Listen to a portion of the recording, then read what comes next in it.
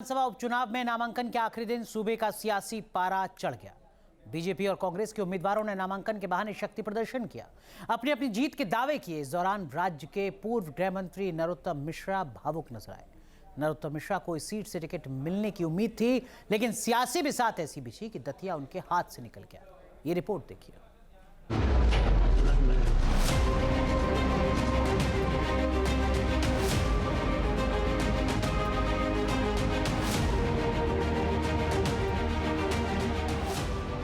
दतिया विधानसभा उपचुनाव में नामांकन के दौरान सियासी माहौल पूरी तरह से गर्म हो गया।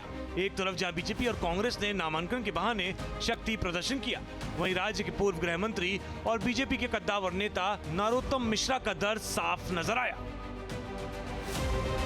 बीजेपी प्रत्याशी आशुतोष तिवारी के नामांकन में सीएम मोहन यादव और नरोत्तम मिश्रा भी मौजूद रहे। नामांकन के बाद सीएम डॉक्टर मोहन यादव ने बीजेपी की जीत का दावा किया।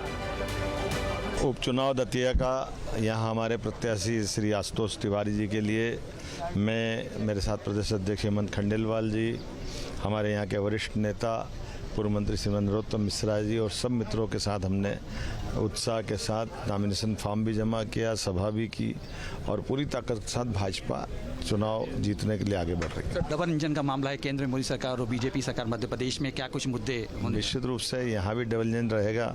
दतिया के विकास के लिए माननीय नरोत्तम मिश्रा जी ने काफ़ी काम किया है। आशुतोष तिवारी छोटे भाई बन करके दोनों मिलकर काम करेंगे तो यहाँ भी डबल इंजन सरकार काम करेगी। वहीं दतिया विधानसभा सीट कांग्रेस प्रत्याशी घनश्याम सिंह ने भी नामांकन दाखिल किया। नामांकन के बाद जीतू पटवारी ने 25,000 वोटों से सीट जीतने का दावा किया।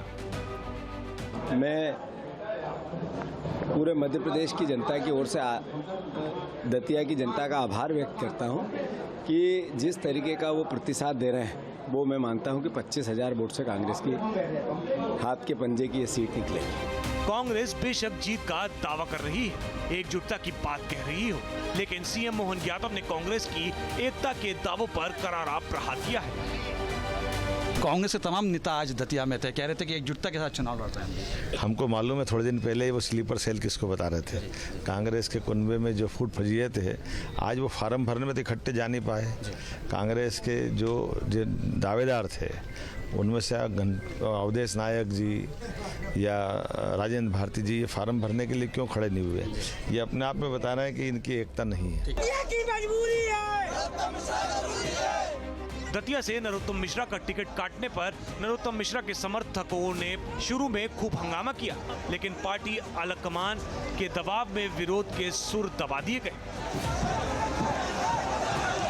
नरोत्तम मिश्रा को दतिया उपचुनाव में स्टार प्रचारक बना दिया गया।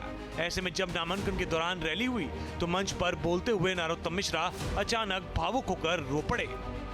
मैं आपको सच बता रहा हूं, दतिया के मालिक को पार्टी ने बहुत दिया है। 30 साल तक जो पार्टी विधायक बना के रखेगी, जो पार्टी 15 साल तक मंत्री बना के रखेगी, और क्या चाहिए पार्टी से?